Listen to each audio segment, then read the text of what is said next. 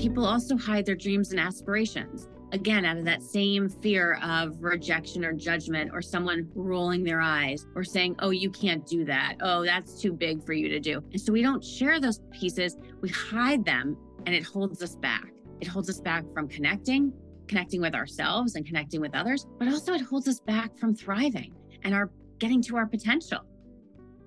Hello and welcome to the Unlock Lab. I'm so glad you're here. Today, you have a special treat because I'm having a conversation with Ruth Rathblott, and we're going to talk about why hiding is holding you back in your career, personally, all the things. We're going to talk about not just our stories of unhiding and what it's done for us personally, but Ruth is also going to share her 4 tools that she uses to help you in that journey of unhiding and sharing who you truly are with the world. So today is a real treat, and I'm so glad you're here.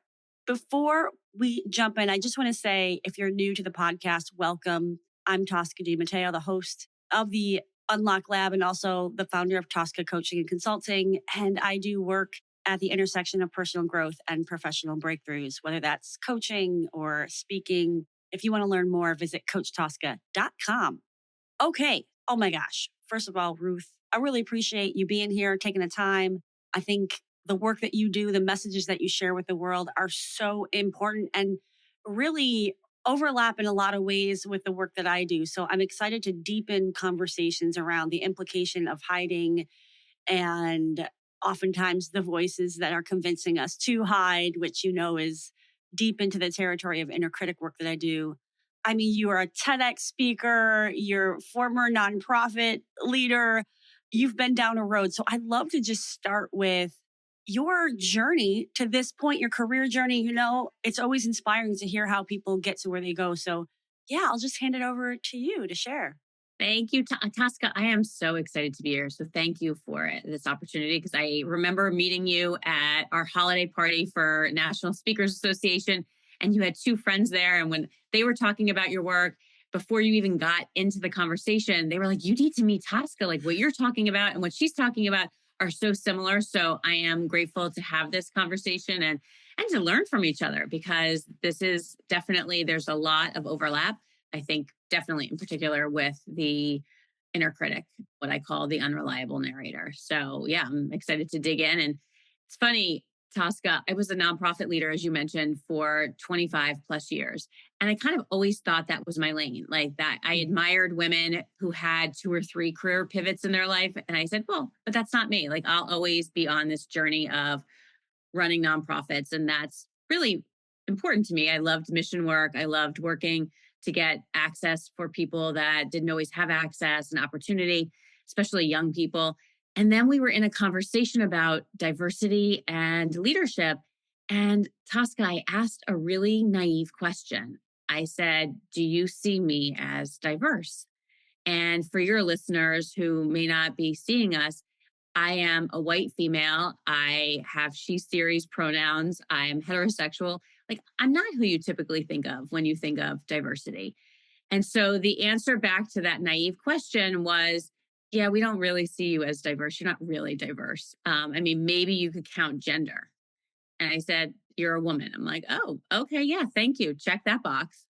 And I followed it up with a slightly less naive question. I said, what about my disability? I was born with a limb difference. And again, for your audience, I was born missing my left hand.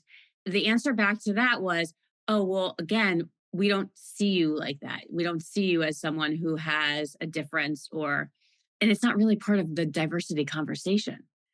And that got me kind of thinking about what does it mean to be diverse? What does it mean to be a leader? How was corporate America talking about that? And I started reaching out to my corporate partners where I'd done 25 years of fundraising, asking them, how are they talking about DEI or diversity? And sure enough, disability wasn't showing up in a lot of those conversations. And so that's kind of that was one of the first pivots out of nonprofit is starting to want to expand the conversation. It's since taken me to a place of that's great. And why are certain things not covered in DEI language? And the first time I was invited into a company, I said, what should I talk about? And they're like, I don't know, share your story of hiding part of yourself. Cause I hid my limb difference from everyone. And people came up after, and what's continued to resonate, whether it be at Paramount or Sony or Barclays or Bloomberg, and the companies I talk to on a global scale, is this idea of hiding. And that most of us feel like we need to hide part of who we are to fit in. And it comes out of a fear of rejection and judgment. Yes. Oh my gosh. Thank you for walking us through that. There's so much there. So I want to Hmm. pause for just a second.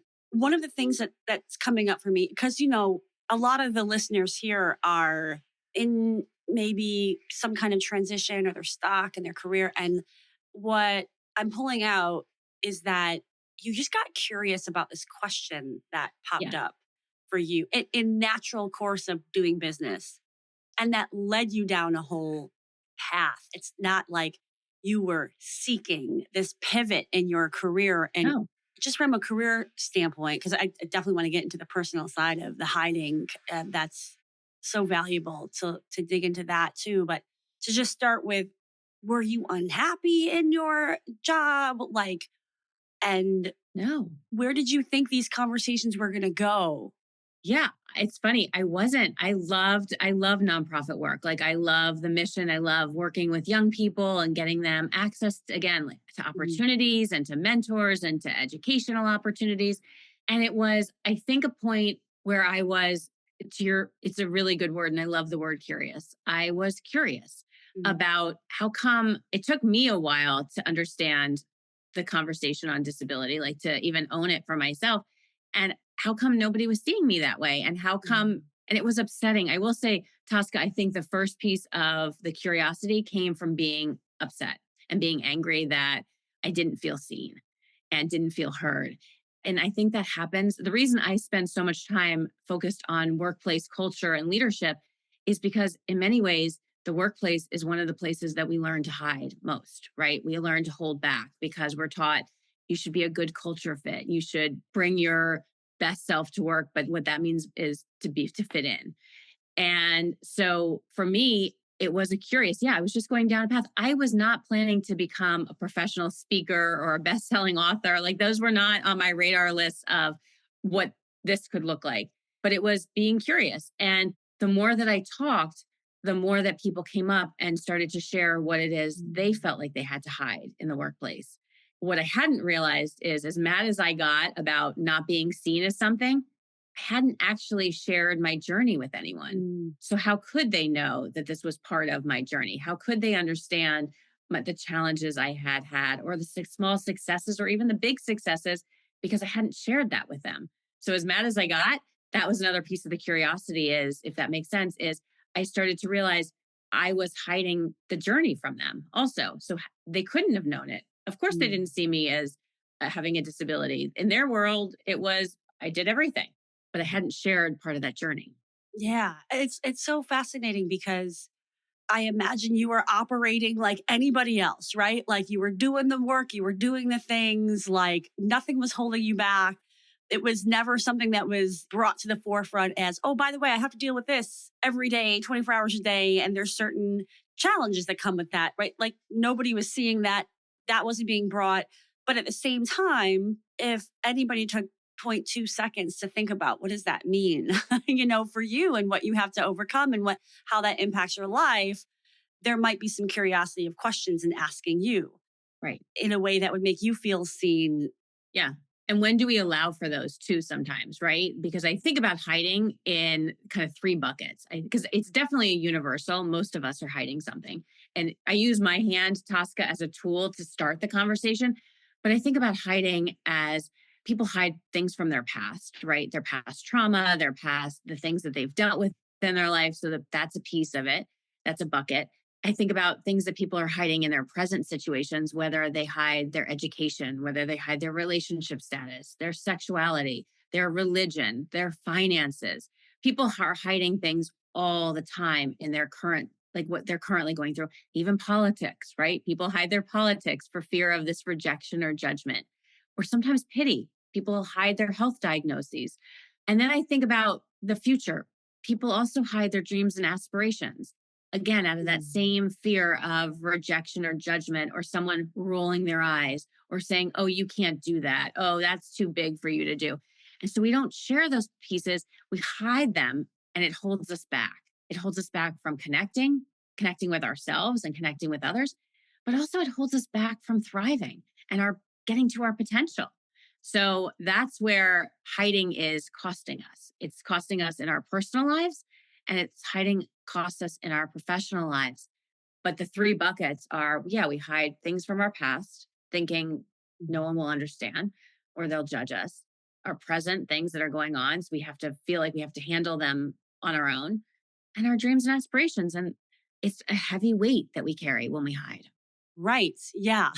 So I love that you talk about the costs, right? We started talking about costs.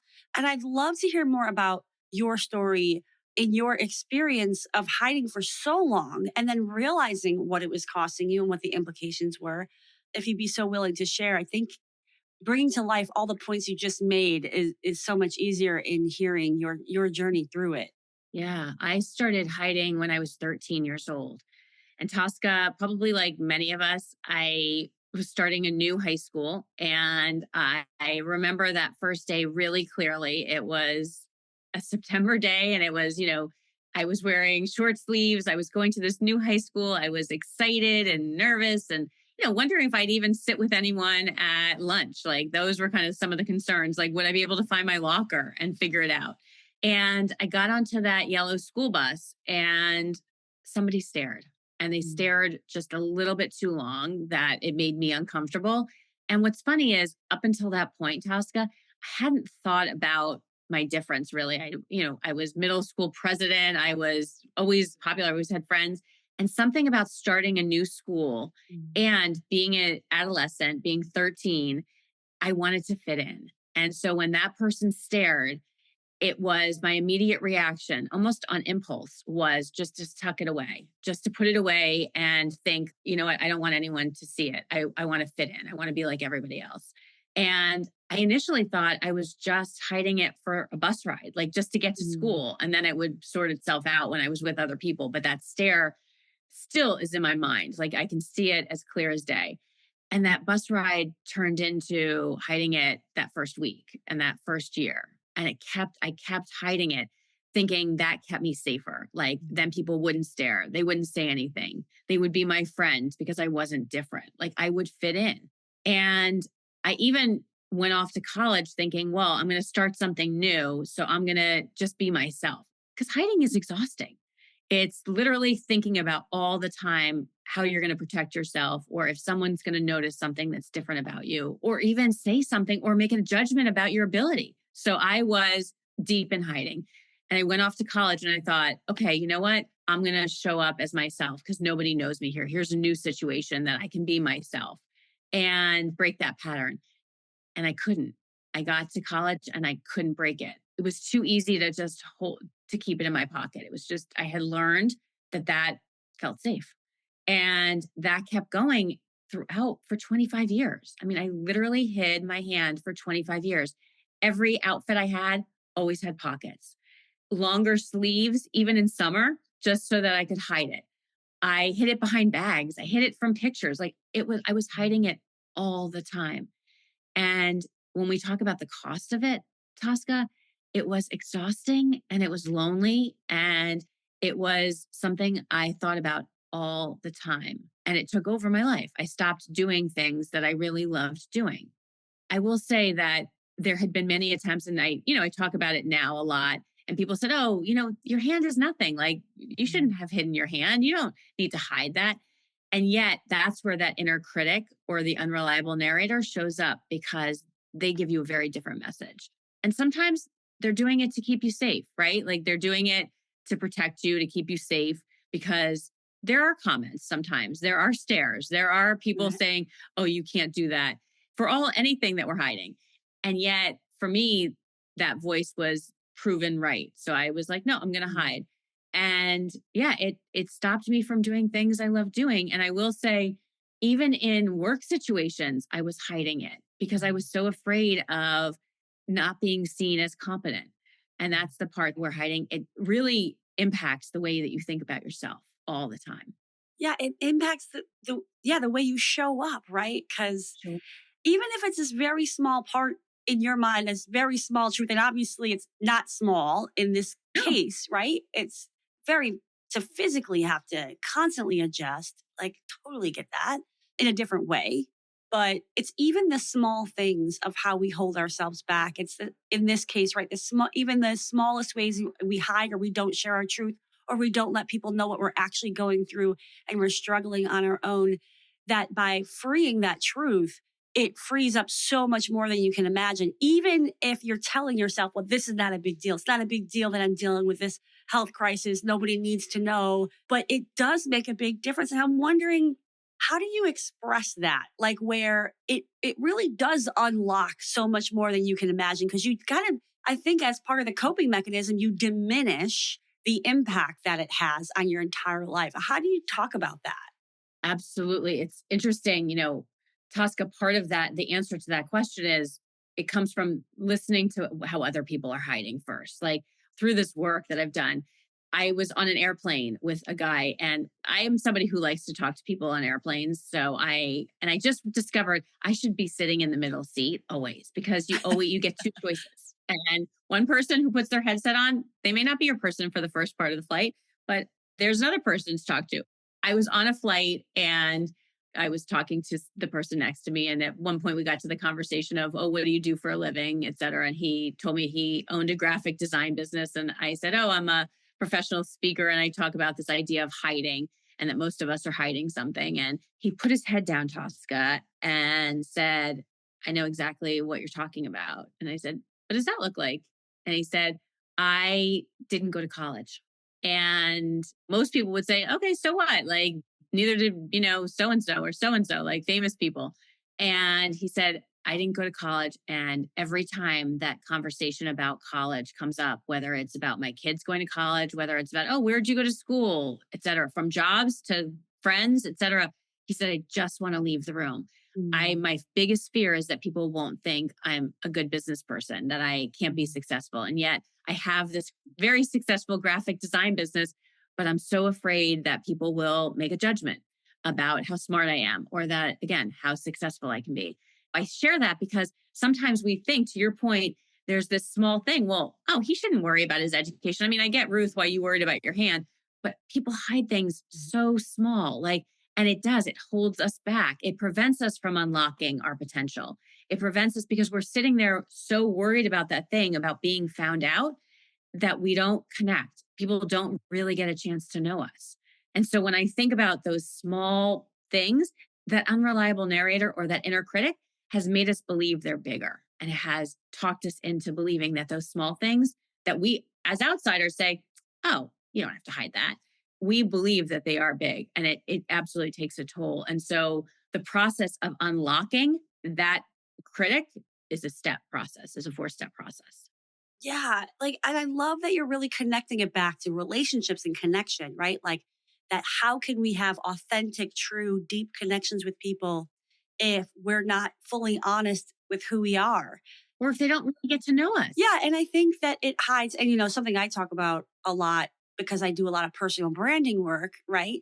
Is that often what we're doing is we're hiding our superpowers, like our differences, our uniqueness is what gave us our strength. It's what made us take different paths and do things differently. In the case of this gentleman you're talking about, right? It's like, well, how empowering is it to share a story of, yeah, I didn't go down that way. I went down this other way and I learned things differently and that made me an even better blah, blah, blah, right? Like we can sit here and say, oh my gosh, there's actually an amazing story in that. But when we're in our head, and like you said, you trained yourself for years and years and years to hide, getting out of that and getting unstuck from that, it takes some efforting and discomfort and sitting in the discomfort. I hate that term sometimes, it's so overused, but to be willing to move through the fear to see what's possible on the other side of that.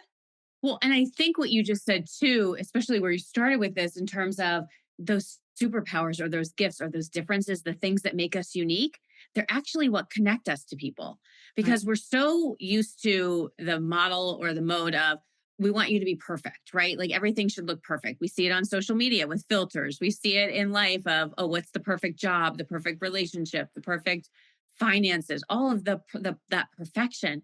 And sometimes that holds us back from sharing with people. And yet when we are able to share something that's different about us or unique about us, that's what connects us to people.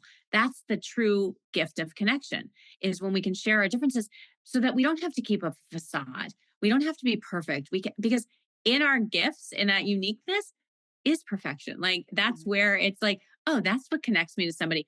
I don't know about you, Tosca, but I have had opportunities where I'm with somebody and I'm like, oh, I don't want to tell them what's going on with me because they look like they have the perfect life. So, you know what? I can't share what's going on with me. Yet once that bridge is broken or that facade is broken, the connection becomes so much deeper. Mm. Like I'm able to say, you know what? I'm having a hard time too. Or I want to share with you a success because I don't feel like I'm going to bring you down or make you feel bad if I tell you a success. That's the gift of unhiding. It's the connection to people. Like when we actually can be ourselves. And to your point, and I have a trouble with that word authentic because I'm like, oh, what does it mean to be authentic? Well, what it means is just bringing your best self forward where you can share the challenges, the successes, where you can just share, to your point, your uniqueness, because that's what connects us. And it is uncomfortable at times to share that because sometimes we've been living with the thing that we've been hiding for a long time. And so when we do get to that point of wanting to share it, somebody else may not be ready for it, right? Like they may not have thought about it how we do. So that's part of the discomfort too, is how do we create the space for somebody to ask questions, to be curious, to ask questions with curiosity and kindness. But the discomfort of sitting with it, that's the first step, is acknowledging it. Yeah. And the word vulnerability comes up, right? Because you put yourself out there and you don't know. And I love that you shared both sides of the coin, right? You shared what's possible if I share that I am struggling, what's possible if I share that I have a win. And I think both sides of that can be really challenging for fear of whatever that response is, for fear that somebody can't hold that space for you to celebrate because they're thinking about themselves or they're making it about them and what they, all the things. So this conversation has so many, it has so many legs. And I know you brought up that first part of it, right? In what you just shared of that first step. Acknowledging it. Yeah. And I should Mhm. say that unhiding is not an overnight process. Like I wouldn't want to advise your listeners to all of a sudden say, oh, I heard this podcast and now I'm going to share everything. Like this is not a TikTok viral moment that we're trying to create. It's like, this is a process. It's not a flip of a switch. It's literally a journey. And the first step is it's acknowledging it to yourself. What am I hiding? How is it holding me back? How's it holding me back from connecting? How's it holding me back from thriving? So that you create that space for yourself first. And for me, it's been through journaling. It's been through therapy for sure, going to a really good therapist and knowing that that's a space that was important for me. Tosca, I was a psychology major undergrad. I have my master's in social work. I worked with people my entire career, and yet I Mhm. couldn't make my own connections sometimes to that this hiding and how it was holding me back in relationship, how it was holding me back in my leadership. I had to have someone else help me with that. And that's the gift, whether again, it's going to a therapist with some of the things that you may be hiding, or journaling or meditating. Like I've tried all three. And that's part of my kind of my secret sauce on how I got to unhiding, was just but how I got to even that first step of acknowledging. Yeah. I think one of the reasons why we just appreciate each other is like that there's so many parallels too in the different ways that we hide the different things that we hide and the energy that it takes. And yeah, like It's exhausting. awareness. I always talk about awareness is always the first step of everything, right? It's like in the inner critic work, like awareness is you have to be aware to acknowledge it, right? Yeah. And so I just offer to you listening right now, pause if you need to, hit pause and say, yeah, like what am I hiding? And it can be anything, it can be relationships, it can be all areas of our life, or the struggles, the inner thoughts that we have. I think what I found in this work is that just knowing that you're not alone with the way that you beat yourself up is so liberating in a way. It's like, oh, I'm not the only one that says these terrible things to myself. Like we're all kind of beating ourselves up, but we don't know it. That's such a universal experience. No, we think we're alone. Yeah. Tosca, I thought I invented hiding. I mean, whether that's an ego thing or whatever, but I truly thought I was alone in this. I thought I was the only one that was hiding part of myself. And that's the magic and the gift of the work that I do now is I'm not. It keeps reinforcing how not alone that so many of us, and I would even argue all of us, are hiding part of ourselves and it's holding us back. I also want to put an asterisk though for the people who are listening right now to your point around creating that pause. There are certain times where hiding keeps us safe and it's actually very safe. And I think about certain communities right now, whether it's the trans community where unhiding can feel unsafe and it actually can be unsafe. And so I would just want to put that out there that the goal of this is not to make you unsafe. It's to acknowledge, to start that awareness of how is this holding me back? Where can I find community? Where can I find connection? Because the second step to this journey is inviting in just one person, literally one person, to invite them in to share the piece that you've been hiding that's holding you back. Again, whether it's part of your past, your present, or your future, it's inviting in just one person because that's what happened for me is I invited in one person. And when I think about it for you and for the people that are listening right now, I think of a cheat sheet of what I'd want if that was thinking about that person. It's somebody who has empathy, right? It's somebody that you trust. So it's not someone random on the street. It's not calling into a talk show or trying to do, it's someone that you trust. It's someone who has empathy. It's someone who asks questions with curiosity and kindness, and listens really well. And the other piece to this, which I think is the most essential, is it's somebody that is willing to share part of themselves with you too. Because unhiding isn't a one-way street. It's not you sharing part of yourself and somebody not sharing part of themselves. It's a two-way street. So looking for someone who's willing to share part of themselves with you. That's what the second step is inviting that person in. Yes. Just one person. There's a lot of folks out there, and a previous version of myself would be like, what's the point? Right? Like, why should I do that? Right? Like I've gotten to where I am without it. So I'm playing, Yeah. kind of that resistance Yeah. that so many people have to say, why let somebody in? Because the risk is XYZ, even if you can't even articulate what that is, right? But there's something that's prevented you from reaching out and sharing that with one person. So, and also separately, I think some people may find it very hard to identify who that one person might be who's in their world right now. How do you solve for those things? Like, what is your response to those objections? Yeah. I think those objections are straight on. I think if somebody had told me to unhide when I was deep in hiding, I wouldn't have understood it. I would have said, I'm fine. I'm successful. I was running organizations. I had a big career and had really good friends. And yet there was something that was this weight on me that I didn't even realize how much the weight was holding me back. And I just had someone share with me recently a really great metaphor, Tosca, when he realized how much weight was on him.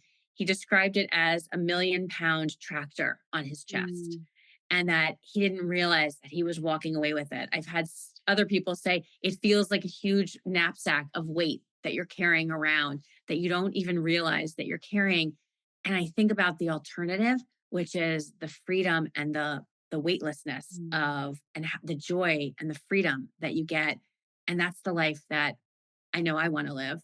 I also think it's the life that most of us want to live is that freedom, that joy, that what's to get unstuck or unlocked, as you say, right? Like that's the gift of what unhiding can offer.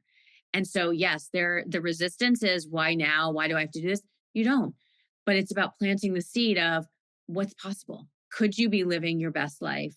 Are you living your best life? Could you be living your best life? And how do you do that? And that part of that is that unlocking of what's holding you back.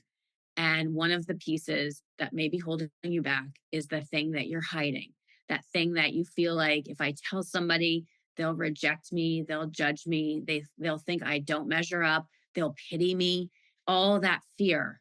And yet, when we invite in that one person that we trust, and it may take a while to find them. To your point, that is sometimes the first person that we think of isn't the person that we need to invite in because maybe their reaction wasn't okay.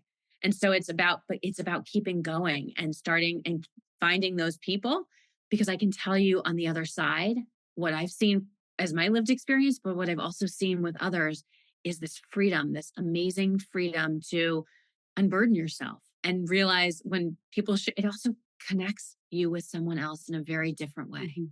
I mean, truth bombs right here. I mean, all of it. I can't nod my head more vigorously to all of that. And I think I've mentioned to you, I've hidden so many different ways in my life. Like, when I was young and I had braces and I had big gaps in my teeth, I would hide my smile. Right, first and foremost, it's hard to hide my face, right? Like, but I was hiding my smile because with my hand, and it was a lot of efforting, right? And later on, as I was diagnosed with type 1 diabetes, and like not wanting all those things you said, not wanting the pity, not wanting people to tell me what they thought I could or couldn't do, what my limitations were, what I should or shouldn't eat, and excusing myself from business lunches and doing the thing in the bathroom. And so now, I have a insulin pot on my arm that's like out there for everybody to see, and just to reiterate your point, because I don't spend the energy on the hiding of these things, I have energy to spend in other places. And what I love too is that I'm like, well, then it's just another reason to see who's my vibe and who's not, right? Because if, Yeah. Yeah. right, it's just another way to be like, to kind of have that check of who is this other person, and are they somebody I can rock with, or somebody that's not going to work. And in a way, all these things about who we are help show us that even quicker. I don't know if you find that. I feel like it's like a truth meter. Yes. Okay. So both you and I are like nodding vigorously, Yeah. because yes, it is when you start to unhide, it also weeds out some people that probably shouldn't have had space or take up space in your life, right? That's a piece of it. I think the other is it also brings in some really cool people that you can connect with, like, and that are your vibe, that are that space, because they're willing to then share part of themselves with you. Like, that's the gift. And what you said, absolutely, Tosca, is it frees you up. It frees you up to be able to be your creative self, to feel like you belong, to feel seen and to feel heard. Unhiding is such a powerful choice that we get to make. And you don't have to make it. It's okay. Like, I'm not advocating that I think this is going to be everyone's thing. This may take years for people to think like about it. What I want to do with you right now is just plant a seed to say, what are you hiding and how is it potentially holding you back from living that best life and doing your best work? That's the goal. That's the gift. I mean, that's why I wrote my books, is to share part of my journey and then to get people to think about where they may be hiding in their life. And I even created an inventory of all the different ways so that you can say, well, I don't think I'm hiding anything. Well, just take a look at the checklist. Is there anything on there? And 9.5 times out of 10, maybe 9.9 times out of 10, there is something. And you're like, oh, but I didn't realize it. Do some work, do some digging and say, like, is this holding me back? And if it isn't, that's okay. We don't have to share everything. But what's the thing that, for me, like, my hand was my thing. And I understand now how it held me back and the gift of freedom from unhiding. It's a gift. And I know we're going to have all the links in the show notes, but if you want to just the name of your book, just for people who are like, oh, I want that assessment. Like, I want to see those things. What's the title of that book that you're referencing?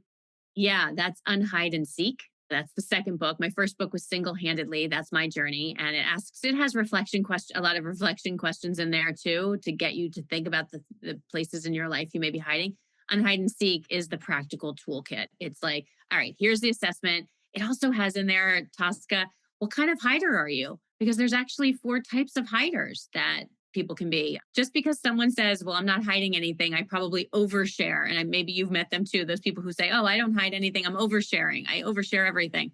Oversharing is a form of hiding because it's crafting a narrative of what we want people to see, not necessarily the things that we may be hiding.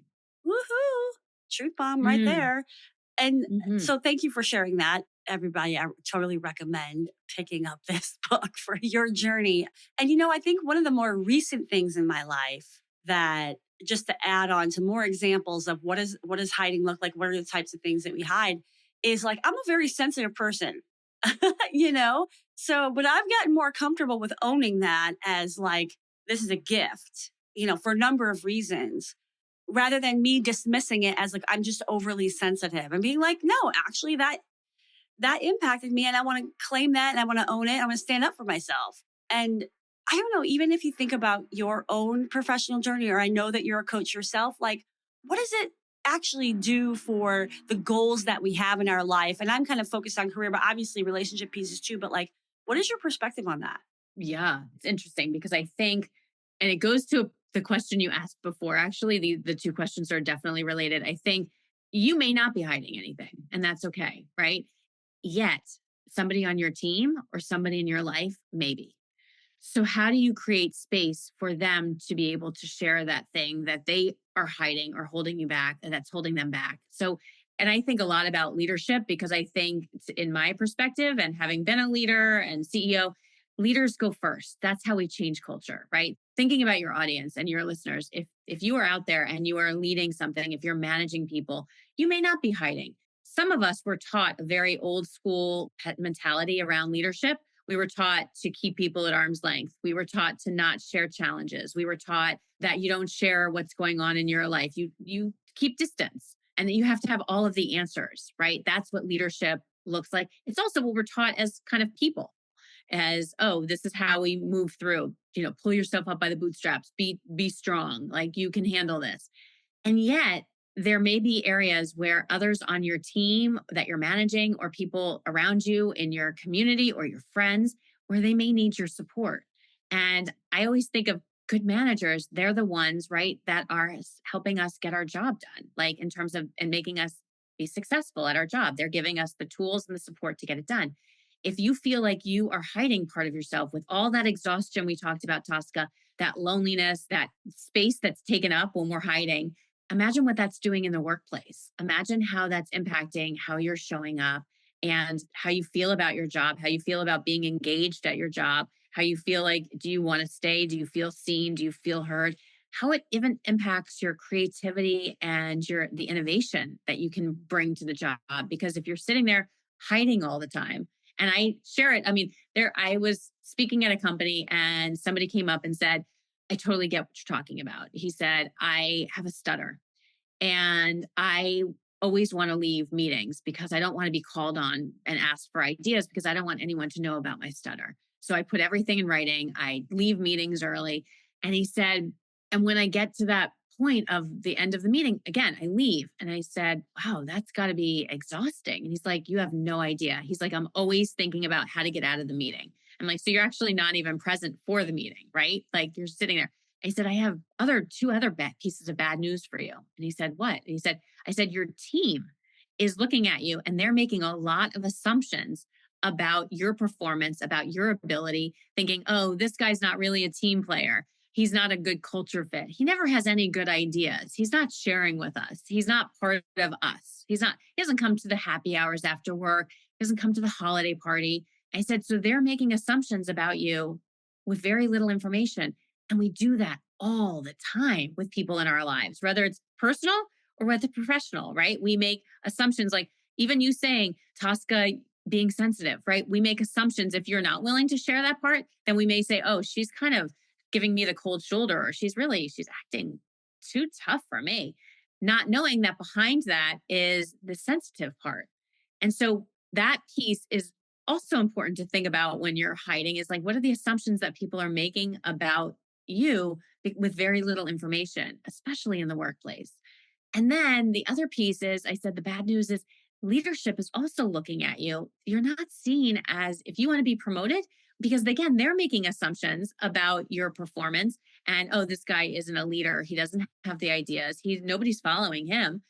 And so you're holding yourself back. And what was great is we started talking about who could he invite in as that one person. Like he acknowledged it to me, right? We went there. Then who could he invite in? And he decided on his manager. And I saw him 6 months later, Tosca, and he's like, Ruth, I'm on track for promotion now. Like my manager had no idea that's what was happening, why I was leaving meetings early and why I was turning off then when Zoom came, turning off my camera and my microphone. Like, and now it clicked. It made sense. And he had a great manager who was open to hearing it and understanding it and figuring out other things. And I think about it from both sides. I think about it from the employee side and our personal and professional lives, how it's holding us back, but then how it's also holding back our relationships with our team and our managers and our leaders. And how can we create space for them? What I love is that you turned it the other way as well for leaders to consider. Maybe you are the one to invite somebody in for them to share, for leaders to go first, for leaders to share their vulnerability, to lead the way and to model for others that culture that you want to create, that trust. And the other piece that's alive in me and what you shared is something that I talk about all the time, which is like, if you're not managing the narrative of your personal brand, somebody else is. And your story, right, exemplifies that. And I've had personal experience with this as well, because in corporate, people didn't know that I was type 1. And I had a meeting at one point where my sugar was going very low, but I was putting all this pressure on myself to like lead this meeting and be present. And for those who don't know, when your sugar goes low, you start, you're not as sharp in the mind. And anyway, my boss kind of gave me a hard time about the actions that I took. It doesn't matter. And then I basically had to say to him later after that meeting, like, hey, like this is what was going on. And then he felt bad. And then he shared a truth about what he dealt with in terms of his health. But we shouldn't have to wait till these moments, right? Like waiting till these moments is what's hard. I mean, I was very upset because like the thing that I feared the most about revealing that this was something that I dealt with every day became a problem. And I kind of got yelled at for the way that I was handling myself. And it was like, oh my God, my worst nightmare. But I could have done something differently to have a different outcome from that, to not, all the things. It's a two-way street. It's Yeah, a two-way street. And it's not just about the reason I say leaders go first is because that's how culture changes. We know that of you can course. have, all the great initiatives, but if a leader's not behind it, it's not changing. So leaders go first, but they're not out there on their own. It's a two-way street. It's about meeting them too and saying, you know what? Because what a beautiful gift. I mean, that yes, I'm sure it's so upsetting in the moment when the leader calls you out, right? And deals with it. And then the ability for that leader to be like, wow, I had no idea. And I feel badly or bad. And then to be able to share part of themselves, like that's then you connect, right? Then and Right. I'm not saying it's always perfect, right? Like I don't want this to seem like, oh, it's every aha in every moment, but it is a way to connect. And so for you with that manager, if something else were going on, you might trust him the next time you needed to share something because now you knew you had that space and that he or she was willing to also share something about themselves. I think the hardest part about being a leader for me was this idea that I had to be seen as perfect and that I couldn't have flaws. And that was part what I was taught. It was also part of what was expected. And it was my own internal pressure of this is what it's got to look like. And so it made me distant. It made me seem cold sometimes to some people. And that's not what I think any leader wants to feel or anybody wants to work for. Yeah. And I think one of the things I feel compelled, because I talk about this too a lot, which is, sometimes when you are on this personal growth journey, right? When you do this work of understanding what is unhiding and like, oh man, maybe like, yeah, maybe this isn't helping me be my best self and show up. And you start doing this work. And sometimes you find out that the people that are around you, or maybe the place that you're in, actually isn't really for you. And I just Yeah. want to name that and acknowledge it too, that sometimes Yeah. that may be the way it goes. And that can be scary, right? Because nobody likes to put themselves in a situation of the unknown, but that sometimes that is actually the best thing that can happen because you realize, oh, actually, this place isn't supportive of me. This place isn't a place that I feel good. And then it's about making that transition to honor that you deserve to be in places and spaces that you belong. Well, and what you're talking about, yes, brilliant. Because I think that's also then the third step, which is finding and building your community of people. Like it literally is then finding your people. And it's the power, Tosca, of employee resource groups and companies. It's the power of the shared experiences. It's the power of finding people who are there to support. And so they can be around you who may have, again, with that shared experience, may have gone through something similar or have the space and capacity to be part of your journey with you. And whether it's a meetup group, again, an ERG, an affinity group, just finding those spaces. And what's the the beauty and the power of the internet right now that we can complain about some days and be grateful for the next is that you can find just about anything and Yeah. anyone and any group right now with anything that you may be dealing with. There are people out there who, again, you're not alone in this. And I think sometimes when we find ourselves in whether it's a toxic work environment or we find ourselves feeling like we're the only one that's hiding, just even simply looking online. I mean, what's amazing is was at a drugstore, Dwayne Reed, and what's part of my journey of why I know the powerful third step of building community and finding your people is I was at a Dwayne Reed and I saw someone with an arm just like mine, a hand just like mine. And she introduced me to this wonderful organization, the Lucky Finn Project. And I had never heard of it. I thought it was like the Wounded Warrior Project met Lucky Charms. I was like, did they have a baby? And I didn't know, like, what, I don't know what that has to do with me. And yet it was at that point, 30,000 people were part of this. Now it's over 100,000 people that are part of this limb difference community. Again, I thought I was the only one. I Mm. thought, and not that I thought I was the only one with the limb difference, but I thought I didn't want to associate. I didn't want to connect. I didn't know how to connect. I didn't know what that community looked like. And yet to find your people and to find your community, that's another resource. So when that job feels like you're alone, how do you Mm. build support around it so that you are less alone? And that's that third step. And the fourth step is then easy. It's and not so easy, but it's probably the most powerful step is sharing out your story so that someone else can see themselves in you. Just like you and I are doing right now, you sharing parts of your journey of hiding, me sharing mine, it allows someone, one of your listeners, to be like, wow, I have felt like that too. Like I felt that loneliness, I felt that exhaustion. So they can start their own journey. It becomes a flywheel or a loop to start their own journey. Yes. I love the power of sharing our stories, like is so valuable. This idea of community is, and I've talked about it. I've had podcast episodes about community and what role it plays in personal growth work, in inner critic work, all that stuff, and how validating it is to know that you're not alone. But I'll be completely honest, my community has never been, and maybe this is my opportunity, like, hashtag real moment right now, but like I've never connected with folks with birth defect differences. I've never had a community of type 1 diabetes. Like when I was diagnosed, it was like, oh, here's your insulin. Good luck. And it wasn't like, hey, this is a mental thing and you really should find community for this.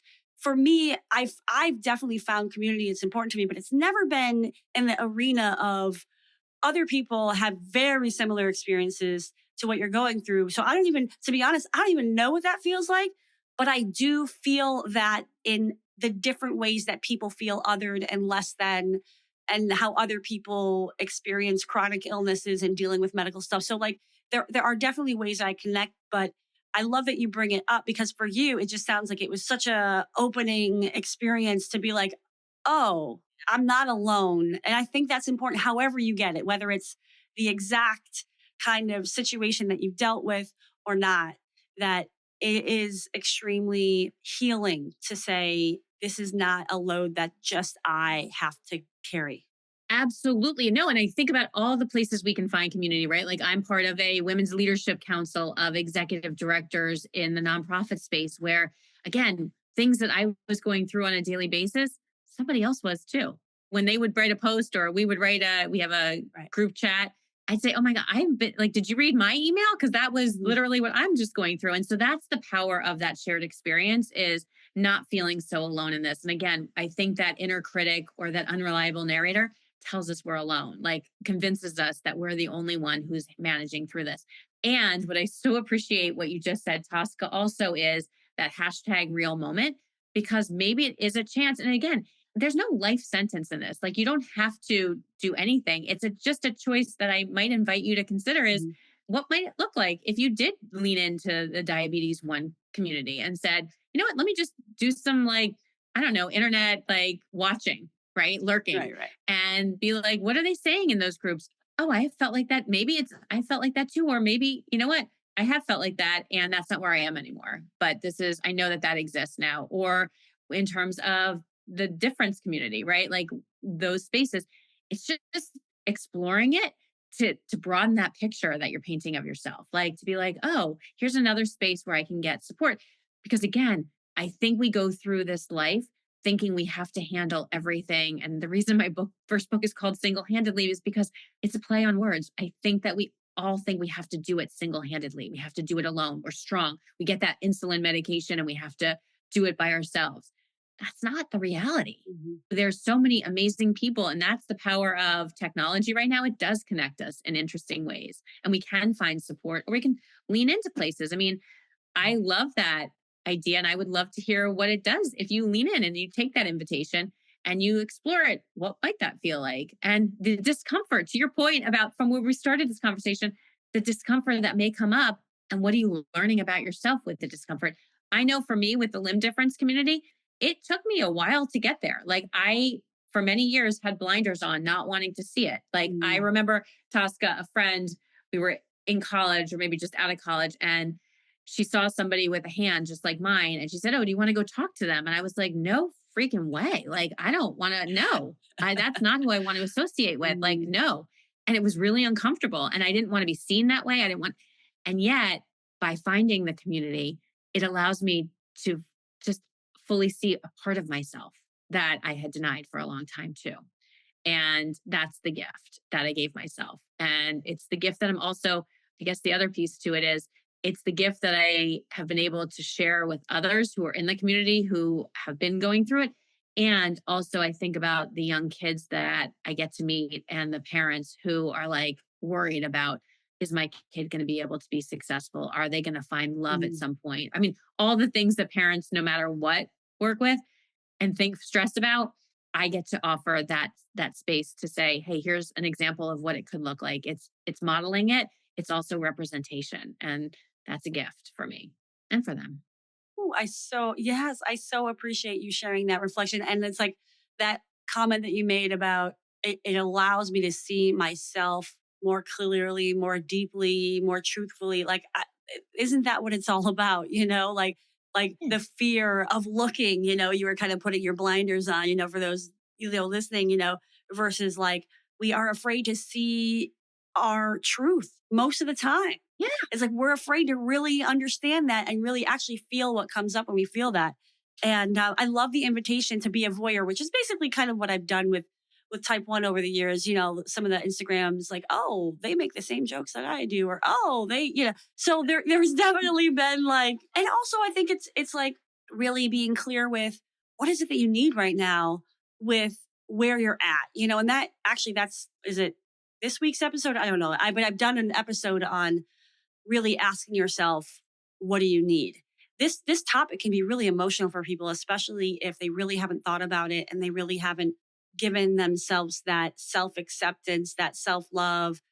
And so I offer that too, even in this moment. Say, what do you need right now in listening to this, and kind of what's coming up for you emotionally, physically, what have you, because this is big work, and it's breakthrough work. It's transformative work. If you choose it.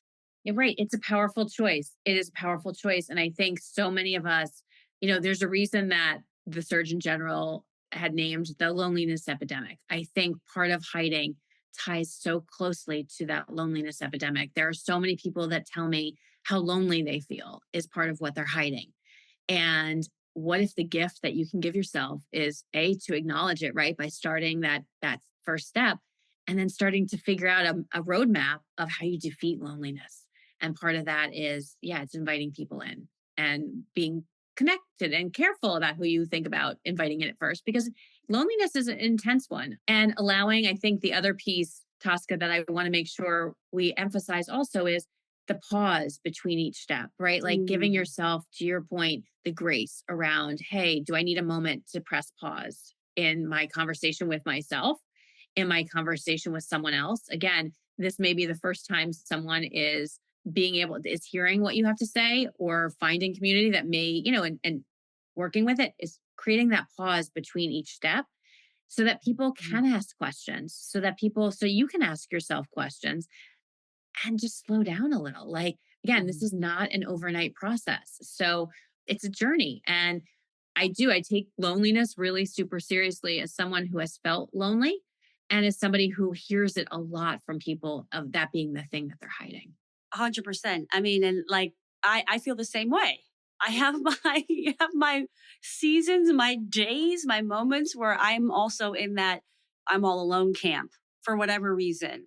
I think it's so prevalent, especially in the times that we're in. And one of the things I just want to for a moment recap your 4 steps, just for everybody kind of following this through line and saying, oh, like, wait, where are we? And where's that pause?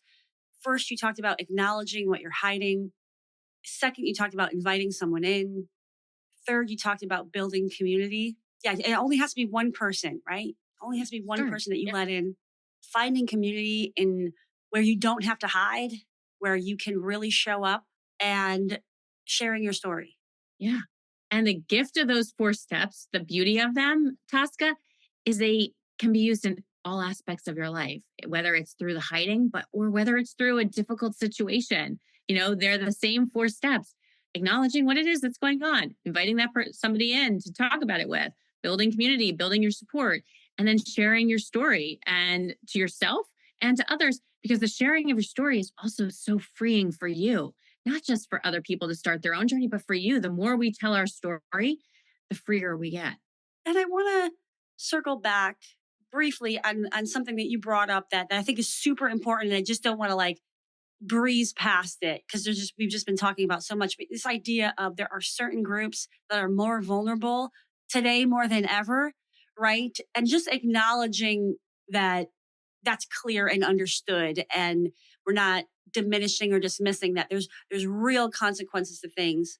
And so it's also about being honest about what is truly a risk, Yeah. right? Versus a perceived risk, versus a where do I need to get actual support to do this work, because I'm willing to face the risk because this means so much to me, or this is the work that I need to do. And I just want to open I don't know if there's anything further you want to say on that, but I think it's just important to sit and pause on that and say, like, there is a reality out there in the world that like just can't be ignored either. And I don't think either one of us wants to put anybody in a situation where they're not eyes wide open into the risk that they could be facing quite realistically.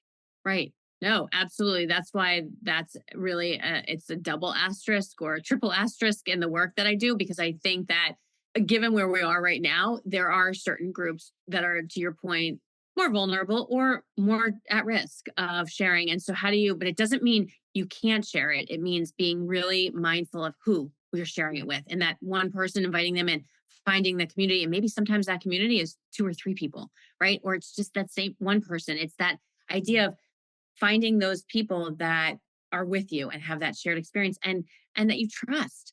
I call that strategic hiding. Like, Mm. there are times when it is safer to not unhide to everyone, and it isn't to your advantage, and it is risky potentially. So it's about being mindful. I mean, I think about it, in the other extreme too, of for a leader, they don't need to unhide everything that's going on in their life. You don't want your teams to carry all that for you. It's about being human. Like, that's the space that's a little bit different. Is it wouldn't serve you to share everything personal that's going on in your life with your team. That's not the job. The job is to open it up so that you are seen as an open door for people to get the support that they need, and human, and not that distant or person who has the divide between you. And yet, to what we're talking about, and I do want to stress it because I thank you for bringing it up, is there are times when it is unsafe to fully unhide, to have that be out there for everyone, because it's just the reality right now. And so, to your point, is it real? Like, what does that look like? What's the evidence that you're getting that it's real? What's the evidence that it feels safe? Like, where can you share it that it feels safe? A fellow NSA speaker, Heather Hansen, gave me an idea years ago, and she gave it to NSA, is of creating an evidence journal. And so when you're finding yourself in those spaces where you're feeling like, should I share this? Should I not? What's the evidence that you should share it? And what's the evidence that it's not safe? And being really mindful about that. Yeah. Thank you so much for, yeah, the evidence journal. What is the actual truth? Like, this is the kind of language that I use around like what is actually true versus what you're telling yourself. So I love that. And I think as we're kind of coming into the end of our conversation, and I think everybody's a leader. Let me just Yeah. preface that you're a leader if you're somebody who takes responsibility and accountability for your actions. That's how I define it. And so I also want to say a lot of people are feeling powerless. They're feeling like there's nothing I can do in this environment. Everything's, sucks and oh my gosh. But that actually this conversation about being that safe place, about opening yourself up and being the kind of leader that creates that kind of that person that somebody can trust, that can create spaces of community where people can come and be more vulnerable and share it. Like that is the work that you can do. So if this is a topic that maybe isn't resonating at a personal level because you feel like there's something you need to like kind of unburden yourself with, but if you can hold the space for others, like that is the work that we need everybody to step in and do right now because so many people are suffering. So I just want to like offer that because you open the door. I love that we're talking about both sides of this. We're talking about what is this, what are the implications of this conversation for you personally and your breakthroughs, but also as a leader and the breakthroughs that you can create for the people that are in your sphere of influence. Yeah. And sometimes it's as easy, Tosca, as just asking people how they are. Sometimes that's just the space of rather than getting right to a meeting, the agenda, it's just asking people how they are, just opening up some space and sharing a little bit about yourself. Like it doesn't have to be, again, a whole soliloquy. It doesn't have to be a group therapy session. It's just asking people, it's pausing for that second when we open a meeting or pausing when we ask people and actually listening to their answer rather than being like, oh, how are you? Good. Okay, great. We're done. Like it's Right. actually, what did you do over the weekend? How are you? How was your day? Like how, when you're coming into it's creating that space. And yeah, there's so much to dig in here, but like that's the space that I think to your point, how do we create that space for someone else? Because if it's not you that's hiding, I bet you somebody else that is, whether it's Yeah. on your team or in your circle or in your life, they're hiding part of who they are. And how do we create that space so they can feel supported? And you can connect with them. That's the gift.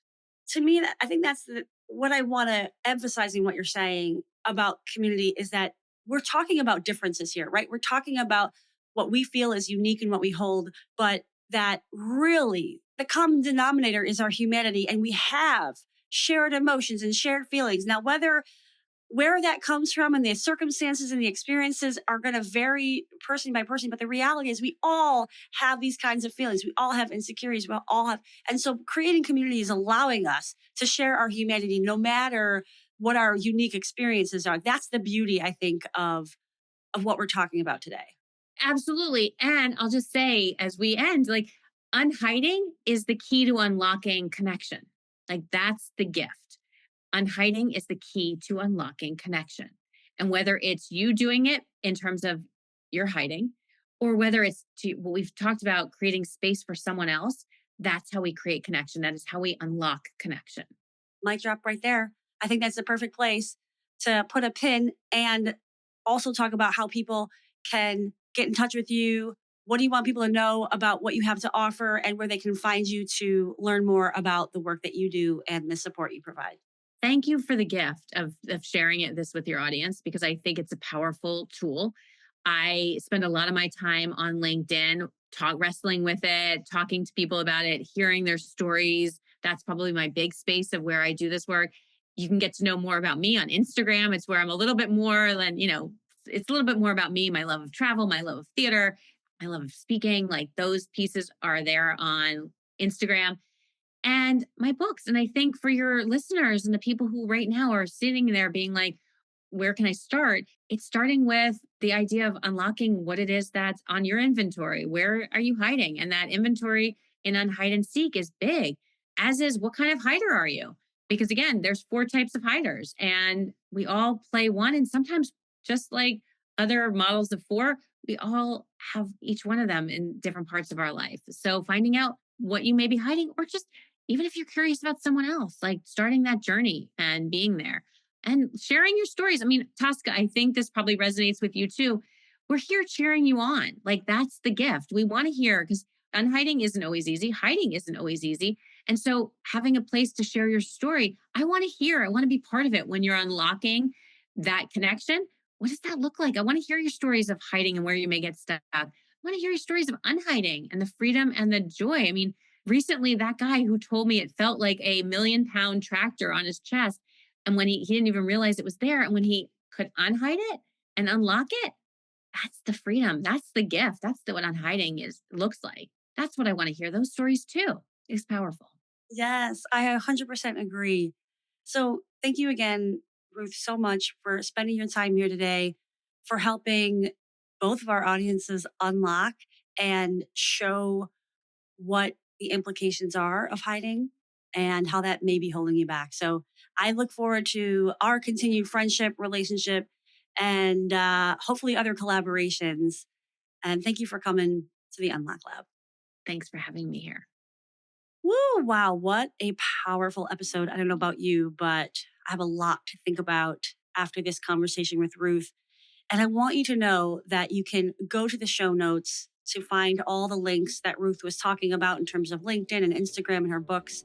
So if you feel called to go deeper in this work and learn more about how you might be hiding and what's possible on the other side, please dig in, reach out to myself, use Ruth's resources, or reach out to her. We are absolutely here in support. We want to hear from you. We want to hear your stories.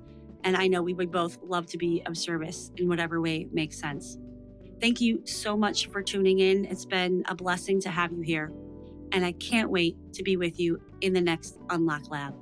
Ciao for now.